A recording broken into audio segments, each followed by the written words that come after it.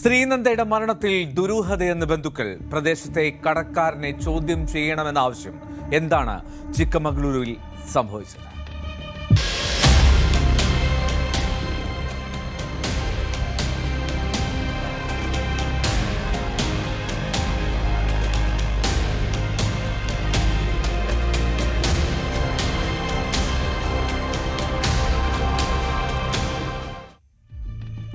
ചിക്കമംഗളൂരിൽ വിനോദയാത്രയ്ക്കിടെ കാണാതായ പാലക്കാട് സ്വദേശിനി ശ്രീനന്ദ, ആ 15-കാരിയുടെ മൃതദേഹം ആ വെള്ളച്ചാട്ടത്തിന് സമീപത്ത് നിന്ന് കണ്ടെത്തിയതിൽ ദുരൂഹത ആരോപിക്കുകയാണ് അവരുടെ കുടുംബം.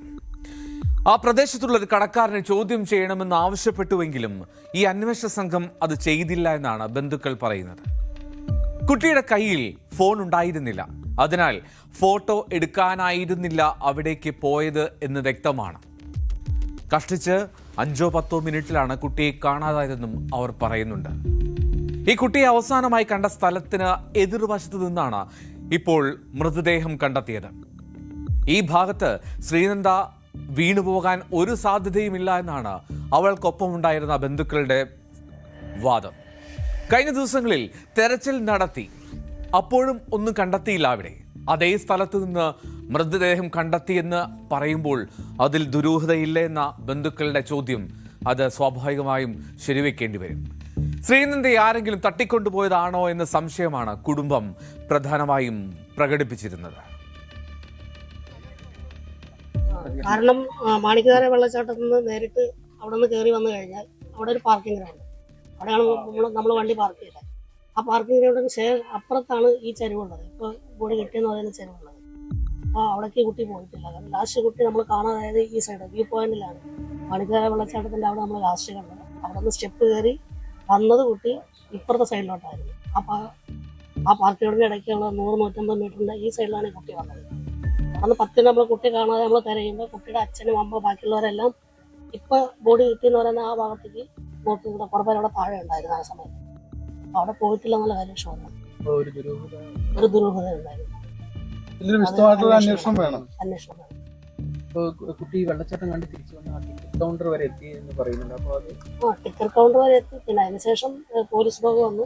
പോലീസ് ഡോഗ് വന്നപ്പോൾ അവിടെ നിന്ന് ലെഫ്റ്റ് കയറിയിട്ട് ഷോപ്പിന്റെ അടുത്ത് വരെ വന്നു. പിന്നെ തിരിച്ചു പോയി. അപ്പോൾ അവിടെ നിന്ന് ഈ ഒരു സൈഡിലേക്ക് ഏകദേശം ഒരു 150 മീറ്റർ ഡിഫറൻസ് ഉണ്ടാവും. പിന്നെ ആ സമയത്ത് കുട്ടിയുടെ രക്ഷിതാക്കളെല്ലാം ഇപ്പുറത്ത് നിൽപ്പുണ്ടായിരുന്നു. കുട്ടിയുടെ അച്ഛനും ബാക്കിയുണ്ടായിരുന്നു. അവർ നിൽക്കുമ്പോൾ അവിടെ നിന്നാണ് ഞാൻ അവനെ വിളിച്ച് ചോദിച്ചത്, രമേശ് വന്നിട്ടില്ല. അപ്പൊ ശരിക്കും ഇവർ ആ സൈഡ് ഒന്നും ഈ ബോഡി കിട്ടിയെന്ന് പറയുന്ന ഏരിയയിൽ നിന്നിരുന്നു. ഈ ഭാഗത്തൊക്കെ പരിശോധന നടത്തിയിരുന്നു. ആദ്യം നടത്തിയിരുന്നു. ഈ സ്ഥലത്ത് നടത്തി. അപ്പൊ തന്നെ പരിശോധിച്ചു. ആ സ്ഥലം ഞങ്ങളുടെ കൂടെ വന്നവരെല്ലാവരും അവിടെ ഇറങ്ങി പരിശോധിച്ചു.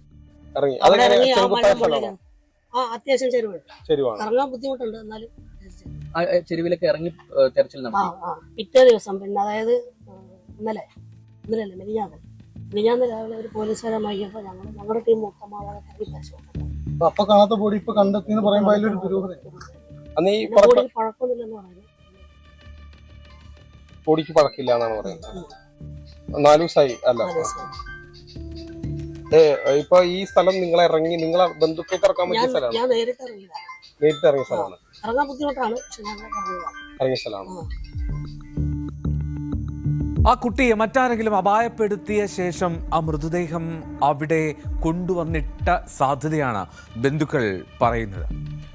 ഈ മരണകാരണത്തെക്കുറിച്ചുള്ള വിശദ വിവരങ്ങൾ എന്താണെങ്കിലും പോസ്റ്റ്മോർട്ടത്തിന് ശേഷം ലഭിക്കുമെന്നാണ് പ്രതീക്ഷിക്കേണ്ടത്. ചൊവ്വാഴ്ച വൈകിട്ട് 5 കൂടിയാണ് ശ്രീനന്ദയെ കാണാതാവുന്നത്. പിന്നീട് ഈ പ്രദേശത്ത് മൂടൽമഞ്ഞും ഇരുട്ടും നിറഞ്ഞതിനാൽ ആരെങ്കിലും അവളെ തട്ടിക്കൊണ്ടുപോയതാണെങ്കിൽ പോലും കണ്ടെത്താൻ കഴിയുന്ന സാഹചര്യമായിരുന്നില്ല. കാണാതായ സ്ഥലത്ത് നിന്ന് 10 കിലോമീറ്റർ അകലെയാണ് CCTV ഉള്ളത്. ഡോഗ് സ്ക്വാഡ് നടത്തിയ പരിശോധനയിൽ സമീപത്തുള്ള കടയുടെ പരിസരത്തേക്കാണ് ആ നായ എത്തിയത്.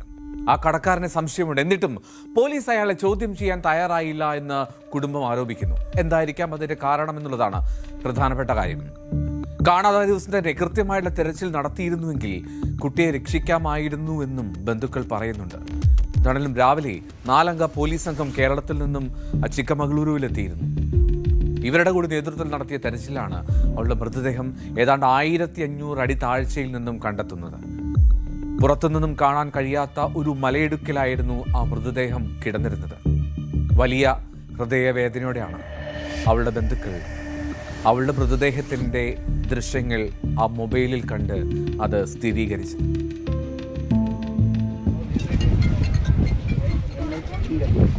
ಸೈಡ್ ಸ್ಟ್ರಿಪ್ಸ್ ನೋಡಿ ಕ್ಲಾರಿಟಿ ಇದರಲ್ಲಿ ವಿಷನ್ ಸೈಡ್ ಅಯ್ಯೋ കുട്ടി കിടക്കുക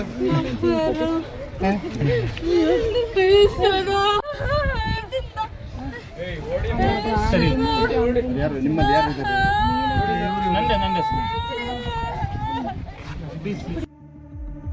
പോസ്റ്റ്മോർട്ടം റിപ്പോർട്ട് അത് വരുന്നതുവരെ കാത്തിരിക്കാനാണ് കർണാടകയിലെ രാഷ്ട്രീയ നേതൃത്വങ്ങൾ കുടുംബത്തോട് ആവശ്യപ്പെടുന്നത്.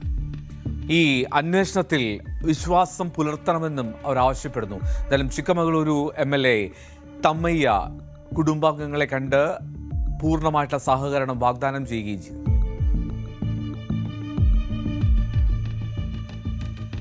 Requisition to district surgeon and our special surgeon is here for postmortem.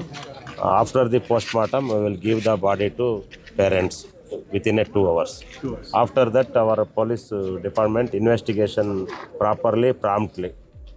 So further, what is the result? Sir, hospital authority can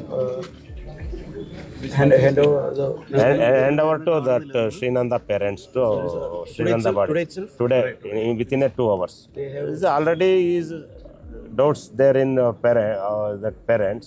So finally, is result is investigation. After the investigation, is result come and after the postmortem report come and test for lab. Forensic science lab. കുടുംബാംഗങ്ങളും സുഹൃത്തുക്കളും ഒക്കെ ചേർന്ന് ഏതാണ്ട് 40 പേരായിരുന്നു ശ്രീനന്ദയോടൊപ്പം ആ ചിക്കമംഗളൂരുവിലെ ബാബാബുഡാൻ ഗിരിക്കുന്നിലെ മാണിക്കധാര വെള്ളച്ചാട്ടം കാണാൻ പോയത്. ഇവർ തിരിച്ചു പോകാൻ ഒരുങ്ങവെയാണ് ശ്രീനന്ദയെ കാണാനില്ല എന്നുള്ള വിവരം അവർ അറിയുന്നത്. പോലീസും വനം വകുപ്പും ദുരന്ത നിവാരണ സേനയും ഉൾപ്പെടെ ഏതാണ്ട് 200ഓളം പേരടങ്ങുന്ന സംഘം ദിവസങ്ങളായി ആ പ്രദേശത്ത് തെരച്ചിൽ നടത്തി വരികയായിരുന്നു. ഏറ്റവും ഒടുവിൽ ജീവനില്ലാതെ അവളെ കണ്ടെത്തി. ഇനി അവളുടെ മടക്കയാത്രയാണ് പാലക്കാട്ടെ ആ വീട്ടിലേക്ക്.